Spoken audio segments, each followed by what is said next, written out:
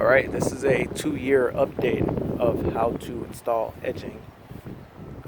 Currently 2017, and the original video for how to install edging was filmed 2 years ago. And here is the current condition of the edging.